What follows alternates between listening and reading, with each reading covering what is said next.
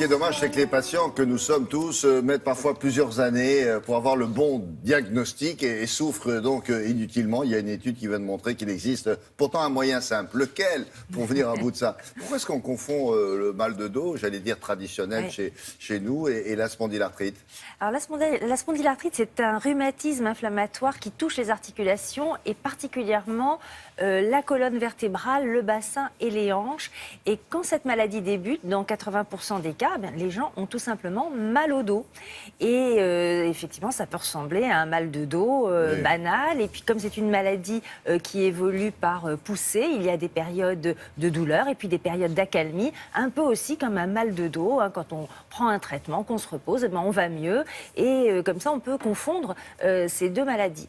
En plus, souvent, les médecins font confiance aux propos des patients qui leur disent « Ah, mais vous savez, je viens de déménager, il faut que je change mon matelas, j'ai fait un faux mouvement. » Donc, tout ça fait penser aussi au mal de dos. Mais comme vous l'avez dit, une étude vient de paraître et montre qu'en réalité, on peut faire la différence entre le mal de dos et la spondylarthrite de façon très simple, en posant aux patients 3 ou 4 questions très ciblées, très pertinentes. Parce qu'il faut savoir quand même que dans 5 à 10% des cas, ce n'est pas un mal de dos, c'est une spondylarthrite. Et les estimations nous disent que les patients qui ont cette maladie mettent en moyenne 7 ans avant d'avoir le bon diagnostic. C'est-à-dire pendant 7 ans, ils vont, et parfois beaucoup plus, comme vous allez voir dans le reportage, mais pendant 7 ans, ils peuvent souffrir de cette maladie, ne pas avoir le bon traitement, continuer à avoir mal et voilà, être dans une sorte d'impasse thérapeutique. Alors, les bonnes questions, les voici.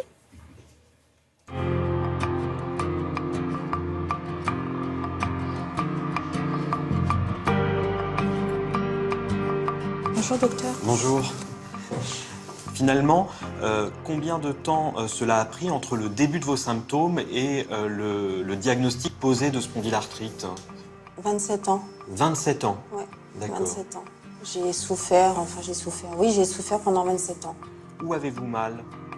Il y a des questions simples à évoquer en consultation pour poser le diagnostic de spondylarthrite et écarter le diagnostic de mal de dos. Tout d'abord, les réveils nocturnes. Dans la spondylarthrite, les patients se plaignent de douleurs au dos la nuit, ce qui n'est pas le cas dans le mal de dos commun. Deuxièmement, il y a un dérouillage matinal que l'on n'a pas dans le mal de dos, c'est-à-dire que le patient se réveille en ayant mal et il ressent comme une sensation de raideur qui va s'estomper tout au long de la matinée. Le matin, c'est horrible. On prend 30 ans d'âge d'un seul coup. Un autre élément est l'absence de facteurs déclenchants, c'est-à-dire que le début est insidieux, alors que dans le mal de dos commun, on retrouvera le port d'une charge ou une activité physique soutenue. Et enfin, alors que dans le mal de dos, le repos fait que les douleurs diminuent, dans la spondylarthrite, ce n'est pas le cas. Les douleurs restent et persistent alors que le patient se repose. Ne m'aidez pas. D'autres symptômes peuvent alerter pour le diagnostic de spondylarthrite en plus des douleurs vertébrales, notamment des douleurs dans les autres articulations, les genoux, les hanches, les chevilles, les mains, et plus particulièrement dans les talons, ce qui est très caractéristique de la spondylarthrite. En plus, la spondylarthrite peut s'associer à d'autres maladies, une maladie cutanée, le psoriasis, ou une maladie digestive qu'on appelle la maladie de Crohn. Donc, lorsque des patients souffrant de ces deux affections ont des plaintes articulaires ou vertébrales, on pensera plus particulièrement au diagnostic de spondylarthrite. Où est-ce que vous avez le plus mal en ce moment? Au niveau des sacro-iliaques. Donc, elles me font très très mal. J'arrive pas à rester trop longtemps assise. Pour confirmer le diagnostic, nous avons besoin d'examens d'imagerie. Tout d'abord des radiographies des vertèbres et du bassin, mais si celles-ci sont normales, on poussera jusqu'à la réalisation d'une IRM. Et en plus, dans les cas où on hésite, on peut s'aider d'un test biologique sanguin qui s'appelle le HLA-B27, qui recherche un gène de susceptibilité à la spondylarthrite. Il est important de faire précocement la différence entre le mal de dos commun et la spondylarthrite chez les patients. Voilà. Dans la spondylarthrite, nous avons des traitements ciblés, efficaces, qui permettent de mettre en rémission ce rhumatisme et que les patients aient une vie normale. Ah oui, en plus, elle se déplace difficilement, cette patiente. Ouais. Et oui, parce qu'elle a souffert pendant 27 ans d'un pseudo-mal de dos et donc sa maladie n'a pas été bien traitée. Et donc elle a évolué, cette maladie. Très bien. Voilà. Mais est-ce que c'est une maladie qui est bien répartie entre les hommes et les femmes ou, hélas, il n'y a pas la parité?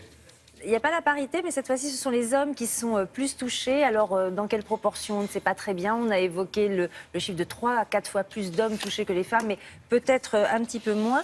En tous les cas, c'est aussi une maladie qui survient généralement chez des personnes jeunes, 30-40 ans. Donc tout ça aussi, il va y avoir un homme jeune de 30-40 ans qui a mal au dos de façon continue, etc. Il faut se poser la question aussi de la spondylarthrite. Merci Brigitte.